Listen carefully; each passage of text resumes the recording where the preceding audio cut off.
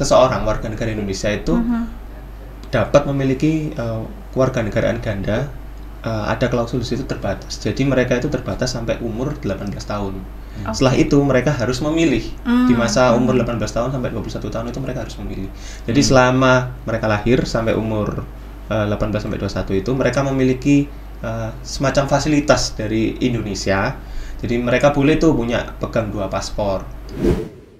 Ketika dia sudah punya warga negara asing, punya warga negara asing gitu ya, mau nggak mau status kewarganegaraan Indonesia itu harus dicabut karena Indonesia hanya menganut satu warga negara. Banyak orang-orang yang karena nggak tahu itu kayak nggak terima. Karena kita harus sampaikan harus prosedur yang marah-marah atau seperti itu banyak ya. Itu udah makanan sehari-hari Pak Rizal ya. Ya hampir ya setiap hari. Kalau Pak Joko hanya laporan saja tadi Pak ada yang marah-marah gitu. Tapi alhamdulillah atasan saya ini kalau misalnya ada anggotanya yang langsung turun. Oh, langsung ikut marah. Enggak. Marahin anggota.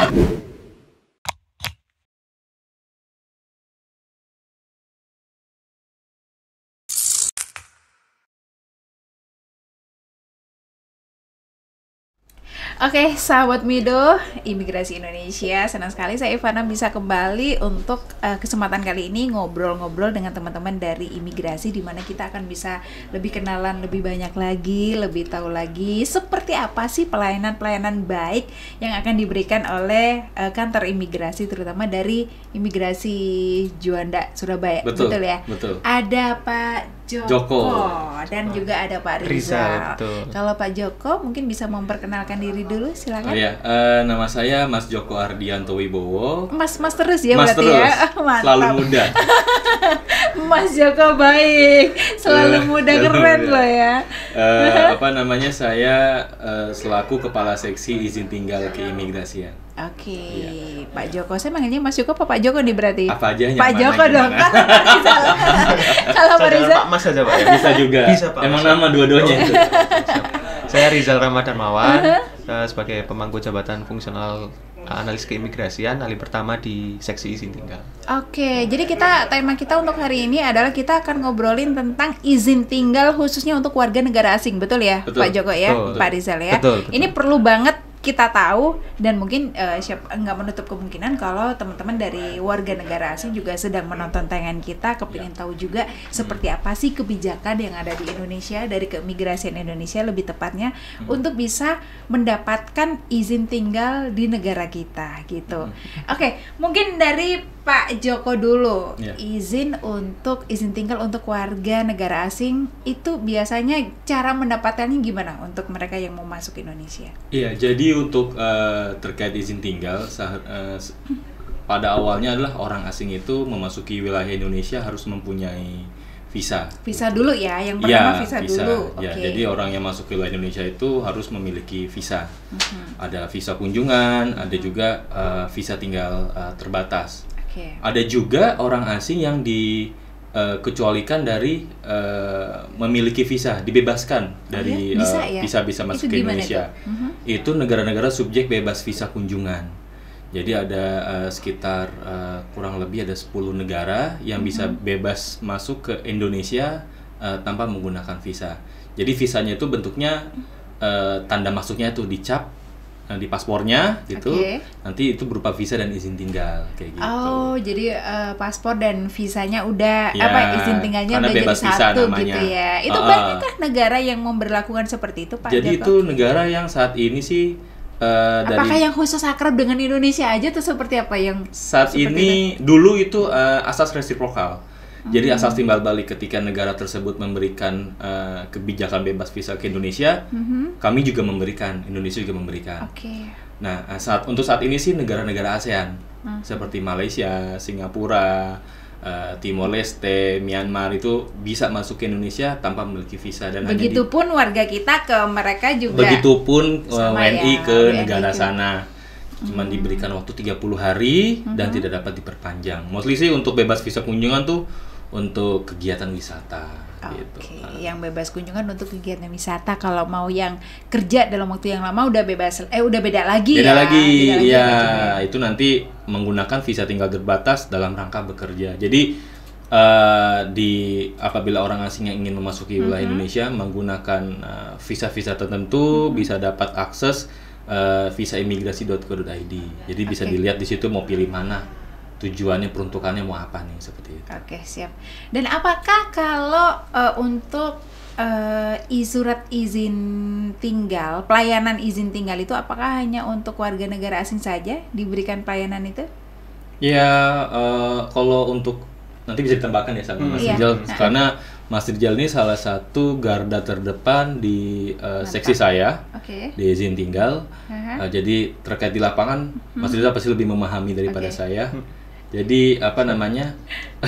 Jadi terkait izin tinggal itu diberikan kepada orang asing dan juga apa namanya, subjek anak perkeluargaan ganda terbatas. Kalau orang asing yang jelas ya izin tinggalnya dia di sini izin tinggal terbatas, izin tinggal kunjungan. Nah, untuk juga ada subjek anak kewarganegaraan ganda terbatas itu yang dia punya 2 keluarga negara Indonesia dan juga asing. Itu menarik, nanti kita bisa jelaskan juga ya. Itu nanti itu ada layanannya di kita. Pelayanannya berupa FASKIM. Jadi kalau sebagian besar yang kita layani di seksi izin tinggal itu memang warga negara asing. Sebagian besar memang itu, tapi artinya tidak menutup kemungkinan WNI juga bisa dilayani juga kan untuk hal itu. WNI dalam arti yang sudah jelaskan Pak Joko tadi, jadi memang pelayanan seksi izin tinggal itu ada juga ke anak-anak yang berwarga negara ganda. Itu kan kita juga menganggap mereka itu sebagai WNI. Dan juga ada beberapa pelayanan kita kepada orang yang ex-WNI, itu juga ada juga. Ex-WNI juga bisa dibantu ya. Karena sudah termasuk sebagai orang asing. Jadi saya sekarang ini WNI misalnya, kemudian saya akhirnya memutuskan untuk tinggal di mana, menetap di mana, saya menjadi WNA. Ketika saya balik lagi ke sini butuh untuk pelayanan itu masih dibantu. Seperti itu. Harus punya visa. Setelah itu urus izin tinggal. Namanya itu visa C318 untuk repatriasi. Ex-WNI. Kalau yang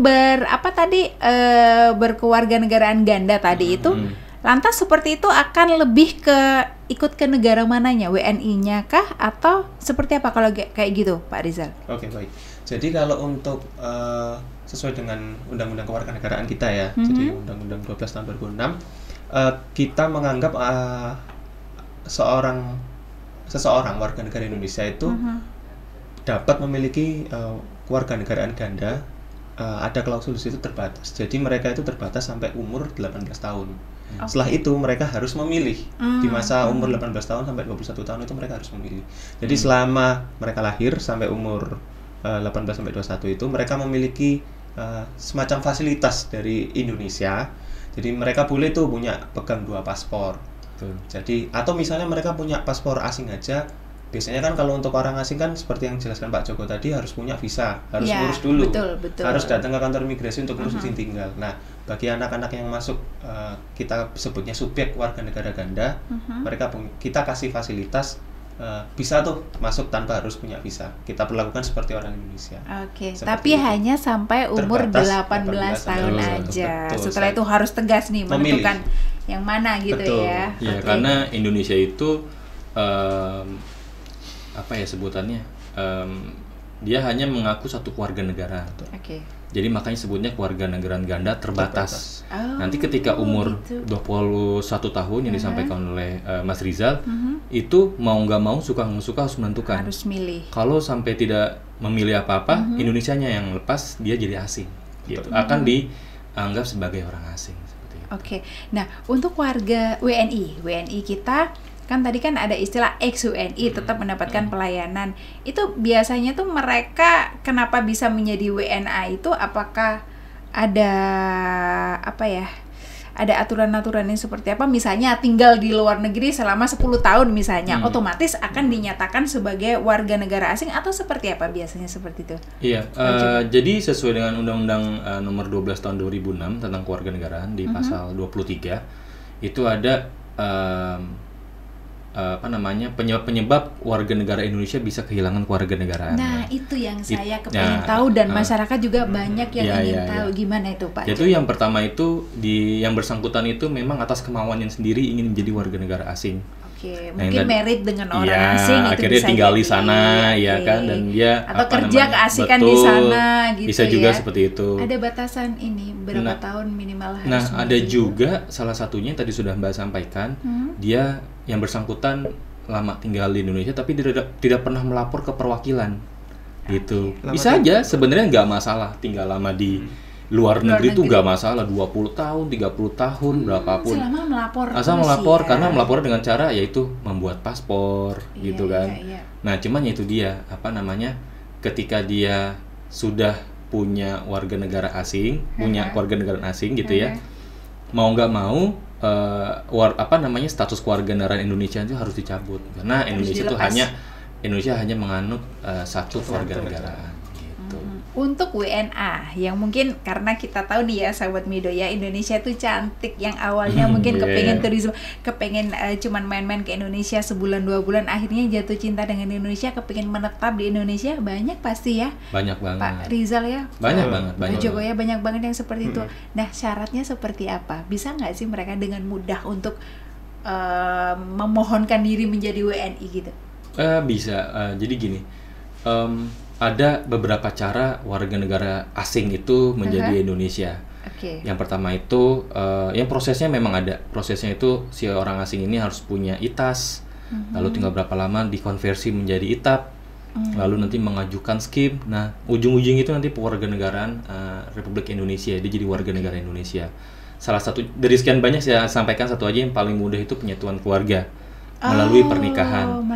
Misalkan saya menikah sama seorang warga negara asing, dia menggunakan ITAS, setelah 2 tahun pernikahan saya konversi menjadi izin tinggal tetap, permanen residen atau sebutannya, lalu mengajukan SKIM karena istri saya ini mau berkeinginan jadi warga negara Indonesia. Mengajukan SKIM, lalu diproses di Direktorat Jenderal AHU untuk pewarganegaraan. Tapi pun untuk misalnya ya, untuk tinggal di Indonesia seperti Bu Ivana tadi sampaikan, untuk menikmati keindahan Indonesia itu tidak harus selalu melulu menjadi warga negara Indonesia. Betul. Tidak harus menikah, kan harus ada komitmen di situ. Betul. Nah, imigrasi itu memberikan fasilitas buat WNA itu untuk orang asing supaya tinggal menikmati keindahan Indonesia itu. Ada juga jalan lain tuh, misalnya kan kalau untuk KITAS itu kalau untuk tinggal di lebih lama di Indonesia itu kan ada KITAS ya. KITAS itu terpaku pada subjek-subjek KITAS kayak misalnya harus kerja, nanam modal, menikah, kuliah, dan ex-WNI tadi. Kalau misalnya orang asing tidak masuk subjek semua itu tersebut tapi ingin tinggal lebih lama di Indonesia, kita punya namanya second home visa. Gitu. Second home visa itu kalau KITAS tadi itu berlaku 1 tahun atau maksimal 2 tahun. Kalau second home ini langsung dapat 5 tahun. Langsung dapat 5 tahun ya. Dan itu pelayanannya nggak ribet juga. Nggak ribet, apply-nya online semua. Gitu. Semuanya sekarang semua juga online. Via online ya. Oke, termasuk surat izin tinggal itu juga apakah bisa kita mendaftarnya atau kita bisa mendapatkannya secara online juga? Kalau izin tinggal memang itu ada aplikasinya izin tinggal online. Betul. Tadi yang disampaikan oleh Pak Mas Rizal itu second home visa itu dapat diakses melalui website molina.imigrasi.go.id. Jadi di situ apply, ada second home visa, ada juga di situ electronic visa on arrival. Nah, kita jelasin dulu yang second home visa ini yang tadi dijelaskan oleh Mas Rizal. Jadi orang asing itu langsung memohon visanya, sekaligus izin tinggalnya, sekaligus izin masuk kembalinya, langsung dikasih semua itu 5 tahun. Nanti ketika sudah berada di Indonesia, nanti lapor ke kantor imigrasi sesuai dengan domisilinya. Cuma lapor aja itu. Dalam hal Surabaya lapor aja. Cuma lapor aja ya tugasnya ya. Namun memang sederhana, cuma memang harus melampirkan proof of fund. Harus punya dana. Proof of fundnya itu harus dilaporkan kantor imigrasi, dikasih waktu 90 hari untuk memberikan proof of fundnya itu minimal 2 miliar rupiah. Gitu. Jadi second home visa ini selain mendatangkan wisatawan juga ke sini, ya kan, juga wisatawan ini juga mengkontribusi untuk investasi di Indonesia kayak gitu. Jadi sebenarnya juga kalau bisa dilaksanakan dengan baik, kemudian WNA-nya bisa banyak yang datang ke Indonesia dengan tujuan baik dan sesuai dengan tujuannya. Jadi sama-sama bisa memajukan harusnya ya begitu. Betul. Tapi pasti banyak dong WNA yang agak-agak nakal gitu, entah penyalahgunaan surat izin atau apa. Ada sanksinya nggak sih Pak Joko kayak gitu pasti ya? Pastinya ada. Biasanya penyalahgunaan atau pelanggarannya di dalam hal apa itu kalau untuk surat izinnya itu? Ya, jadi kebetulan Pak Direktur Jenderal Imigrasi, Pak Silmi Karim, sudah menyampaikan bahwa walaupun pelayanan dikedepankan, tidak juga ketinggalan pengawasannya. Oh, harus. Makanya beliau sangat gencar di beberapa kantor imigrasi, bahkan di seluruh beliau melakukan safari, menekankan pengawasan tuh jangan sampai lengah juga. Begitu banyak kemudahan yang diberikan, pengawasan jangan sampai lemah gitu kan. Betul. Yang sering kecolongan apa? Jadi yang sering itu kalau penyalahgunaan izin tinggal ketika orang asing ini datang dengan menggunakan visa kunjungan, ternyata dia bekerja, begitu. Itu simpelnya lah. Gitu. Dan itu kayaknya banyak sekali ya terjadi ya kayak gitu-gitu ya. Banyak sekali terjadi. Terusnya ada orang asing yang tidak melaporkan perubahan alamat, misalkan itu juga kena sanksi juga. Perubahan alamat itu pun jadi pelanggaran ya. Betul. Jadi apa aja kira-kira Pak Joko? Mostly penyalahgunaan izin tinggal, perubahan alamat yang misalkan tidak dilaporkan, lalu tuh overstay, melebihi masa izin kelebihan tinggal. ya. Iya, seperti itu banyak lah. Sanksinya apa biasanya kalau boleh tahu Pak Joko? Saya bisa sampaikan yang paling berat mungkin salah satunya penyalahgunaan izin tinggal ya. Iya. Penyalahgunaan izin tinggal itu sanksi pidananya itu bisa sampai 5 tahun. Nah, sanksi pidana. Daripada 5 tahun di dalam gitu kan, mending laporan aja, bisa buat liburan, bisa buat kerja ya. Sanksi pidana juga nggak berarti sanksi pidana, juga ada sanksi dendanya juga. Nah, itu dia. Saya harap ini juga penontonnya juga yang tidak hanya WNI aja, WNA semuanya bisa sama-sama tahu biar nggak sampai menyalahgunakan. Karena WNI pun sebenarnya kalau misalnya mau keluar negeri kemudian overstay atau seperti yang tadi itu juga kan pasti ada sanksi juga dari sana ya, dari negara lain ya Pak Joko ya. Betul. Oke. Pak Rizal, saya mau balik lagi nih untuk pelayanan dari surat izin tinggal itu sendiri, apa saja sih yang dilayani? Mungkin ada hal-hal yang lain juga? Oke, kalau di seksi izin tinggal itu hampir sebagian besar pelayanan kami kan izin tinggal ya, mulai dari izin tinggal kunjungan, izin tinggal terbatas sampai izin tinggal tetap. Nah, selain itu juga seperti yang kita sampaikan, kita juga melayani anak-anak yang punya warga negara ganda terbatas itu tadi, sama orang-orang asing yang mau mengajukan proses warga negara Indonesia. Itu mereka bermohon namanya surat keterangan keimigrasian atau SKIM. Nah, lalu terus selain itu juga pelayanan di kantor imigrasi Surabaya itu tadi juga seperti yang disampaikan Pak Joko, orang asing itu juga harus datang untuk menyampaikan perubahan alamatnya. Mereka itu harus menyampaikan segala perubahan yang terjadi di Indonesia itu harus disampaikan. Itu juga pelayanannya juga ada di kantor imigrasi itu Surabaya. Itu by online juga bisa kalau untuk pelaporan itu, atau kan memang harus datang ke kantor imigrasi ya kalau untuk laporan tadi? Untuk itu harus datang. Kalau perubahan harus datang. Bisa di semua kantor imigrasi yang ada di Indonesia atau berdasarkan dia di mana izin tinggalnya harus di wilayah itu atau seperti apa? Pertanyaan yang bagus nih. Jadi bedanya seksi izin tinggal, bedanya pelayanan orang asing di Indonesia, kantor imigrasi ya di Indonesia, sama pelayanan WNI. Kalau di pelayanan untuk orang asing itu harus sesuai dengan wilayah kerja kantor imigrasi. Izinnya misalnya di Surabaya berarti harus menghubungi imigrasi Surabaya. Betul, gitu ya. Betul. Kalau kita kan mau urus paspor di bisa aplikasi paspor di mana-mana bisa. Kalau orang asing harus pertama mereka harus tahu wilayah kecamatannya sama kabupaten kotanya di mana, baru mereka ke kantor imigrasi yang mereka tuju. Seperti itu. Biasanya nih, mungkin keluar dari ini sedikit ya Pak Joko ya, surat izin tinggal yang paling banyak ada nggak sih dalam waktu-waktu tertentu itu ternyata bisa ketebak, oh ini pasti akan banyak yang membutuhkan atau mengurus surat izin tinggal. Mungkin di bulan apa atau seperti apa? Ada nggak? Belajar dari tahun 2022 kemarin, itu memang kebanyakan izin tinggal terbatas yang ada di kantor imigrasi kelas 1 khusus TPI Surabaya ya. Jadi kebanyakan seperti penyatuan keluarga, bekerja, investor, mahasiswa, karena di Surabaya ini kan juga cukup banyak universitas yang menerima mahasiswa asing gitu. Entah itu pertukaran pelajar entah itu atau pertukaran, apa gitu ya. atau memang dia ingin belajar di sini, itu banyak sekali. Jadi memang sih kalau dari data yang sebelumnya itu izin tinggal terbatasnya banyak sekali di sini, banyak itu. Terbuka untuk banyak peluang, entah itu untuk berinvestasi, entah itu untuk belajar, entah itu untuk liburan. Tapi yang paling banyak sejauh ini di Indonesia, yang paling banyak surat izin tinggalnya mereka yang dalam rangka apa Pak Joko? Penyatuan keluarga sama bekerja. Iya, bekerja dan penyatuan keluarga itu banyak, ya? Banyak. Karena ya di Surabaya ini juga banyak perusahaan dan juga banyak pabrik-pabrik yang memperkerjakan tenaga kerja asing gitu kan.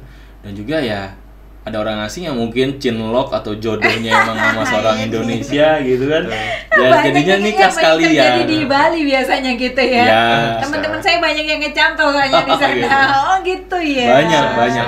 Oke. Karena di wilayah kerja kantor imigrasi Surabaya ini kan mulai dari Mojokerto, Sidoarjo sama Surabaya yang bukan daerah barat ya. Situ kan kita lihat banyak sekali kawasan-kawasan khusus industri bisnis, ya. Betul. Nah itu mereka banyak sekali juga mendatangkan orang asing. Pun kita kan basisnya itu tadi ya, tempat tinggal. Jadi banyak yang orang asing yang kerja di Pasuruan tuh, yang kawasan industri Pasuruan, tapi tinggalnya tetap di Surabaya. Nah itu reportnya tetap di kantor imigrasi. Ke kantor imigrasi Surabaya. Lebih banyak yang menjadi pegawai atau buruhnya, atau lebih banyak yang menjadi investor atau bosnya kalau orang asing yang datang ke sini. Wah, jadi bosnya. Bosnya ya. Jadi bosnya. Jadi memang kita terkait tenaga kerja asing itu ada mengikuti aturan dari Naker. Jadi ketika yang bersangkutan apply, jadi tenaga kerja asing itu bisa ada beberapa cara untuk jadi tenaga kerja asing. Ada yang bisa sebelum masuk ke Indonesia dia apply visa tinggal terbatas dalam rangka bekerja, sudah ada IMTA-nya. IMTA tuh izin memperkerjakan tenaga asing masuk ke Indonesia, atau juga dia di sini menggunakan izin tinggal kunjungan, datang sebagai calon TKA, uji coba dulu, nanti dia dialih statuskan jadi ITAS dalam rangka bekerja. Dan mereka itu yang kalau pengalaman saya di Surabaya minimal itu setingkat manajer. Tidak ada yang di bawah manajer sih. Kita jangan mau kalah ya. Kalau kita mau pergi ke luar negeri, pamitnya adalah kerja, jangan jadi bawahan dong. Kalau bisa kita juga menguasai negara lain gitu ya Pak Joko. Minimal kiblatnya Pak Erick Thohir lah.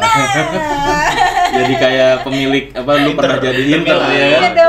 Masih mungkin Indonesia ada ya yang jadi banyak lah, saya rasa ada banyak orang Indonesia yang mempunyai company ya di Singapura, jadi saya juga di harapannya Malaysia. Begini, jangan pulang-pulang dari luar negeri punggungnya disetrika atau ini, jangan seperti itu.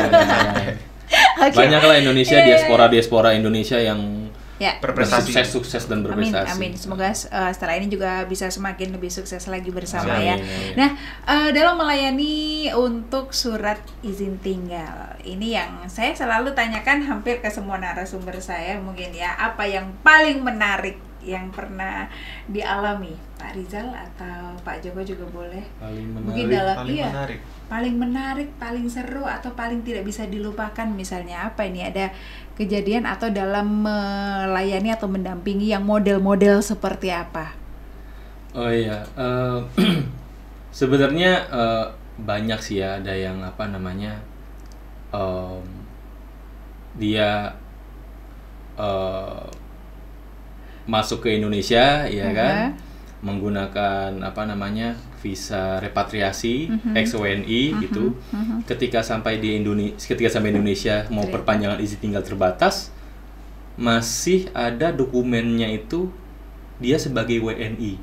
Gitu. Terus kayak gitu gimana itu? Nah, jadi memang seharusnya ya, ketika yang tadi saya sampaikan sudah ada warga negara, sudah nempel warga negara asing di dia, kitanya harus sportif gitu untuk ya udah ini karena Indonesia menganut satu kewarganegaraan, berarti saya harus melepas WNI-nya dulu dong, jangan nakalan ini. Mentang-mentang ada di Indonesia, balik lagi pengen diakuin sebagai WNI, mungkin gitu ya. Mengembalikan, jadi mostly tidak mengembalikan paspornya, tidak mencabut dokumen kependudukannya. Itu yang mungkin kita perlu selalu gencar sosialisasi terkait hal itu ya. Gitu.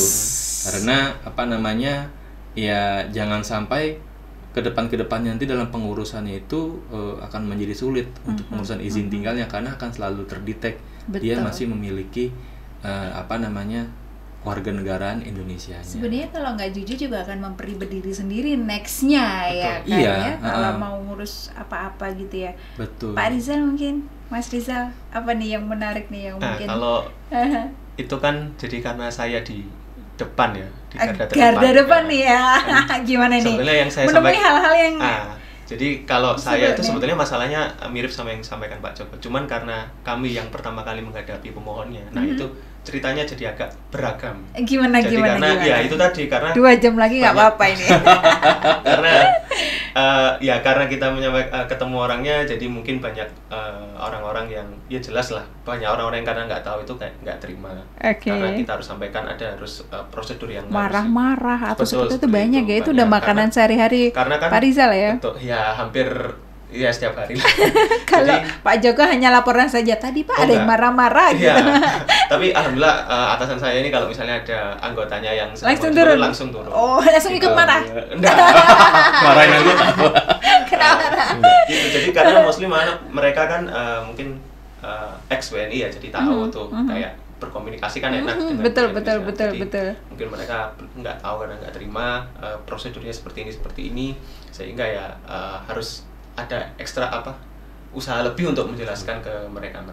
Oke, effortnya di situ ya. Effortnya di situ. Karena harus bersabar.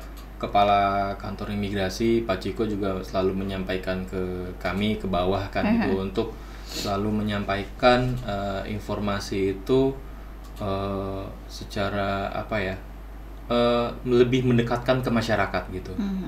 Jadi apapun informasi yang dibutuhkan masyarakat, walaupun masyarakat yang tadi disampaikan oleh Mas Rizal ya, belum emosi yang begitu menggemaskan ya gitu. Kita tetap sampai harus kurus loh Mas Rizal.